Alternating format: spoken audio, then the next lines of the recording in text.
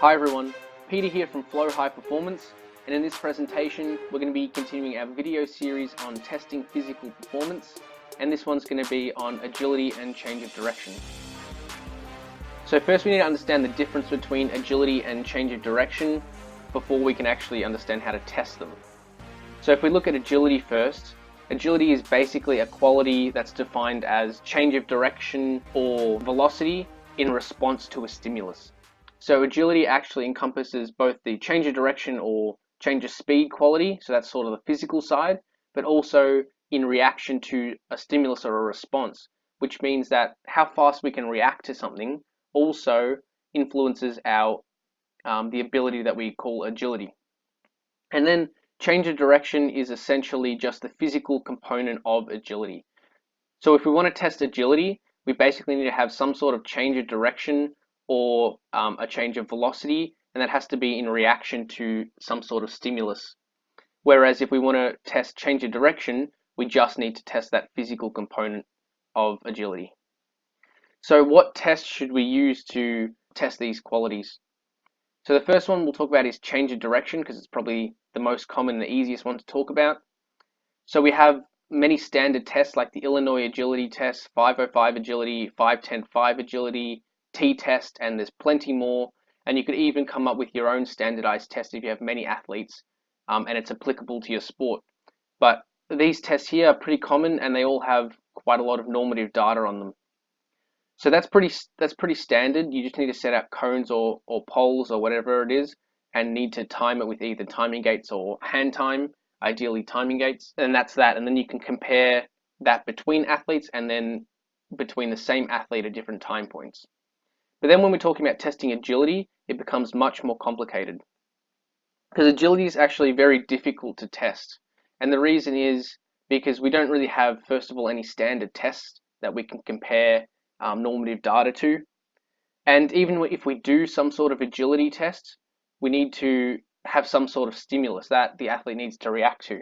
However, that's going to be very difficult to keep consistent because if we have, for example, a light stimulus that could be in multiple different distances away from the athlete, which means that one athlete gets one light stimulus that's in a completely different direction to another athlete, we then have things that are different between the athletes which might actually influence the times that we get, not because of their reaction time, but because they weren't looking in the right direction. But if an athlete happens to be looking in the right direction, they may see that light quicker and then get a better time. And also, even if we use a stimulus, it's not going to be specific to the sport. So for example, if we look at a sport like soccer, where the athlete needs to react to someone kicking a ball or a ball moving in a certain direction, that is not the same stimulus as a light or a sound.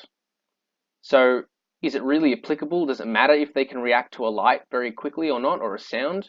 Probably not. It probably doesn't mean anything. So that's why most of the time we just focus on testing change of direction rather than agility. However, you can test agility if you can get creative, and you can use it in the toolbox if you need.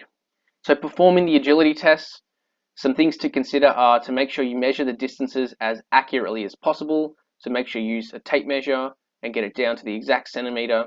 Have the same consistent surface as well, so that every time you perform the test, it is repeatable and you're actually able to compare results between athletes and between the same athlete at different times. Also have a consistent starting position.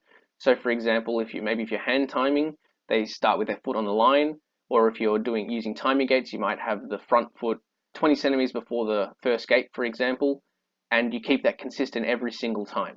Make sure the athletes put in 100% effort and don't slow down until after the last marker or they pass the last gate, and that way you're going to ensure that the results they're getting are 100% accurate and they're repeatable if you do it again. Because if an athlete just slows down the last 2 meters before and then you do it again and they don't slow down and you get a better time, that doesn't actually show that our training's better. It's just because of their effort.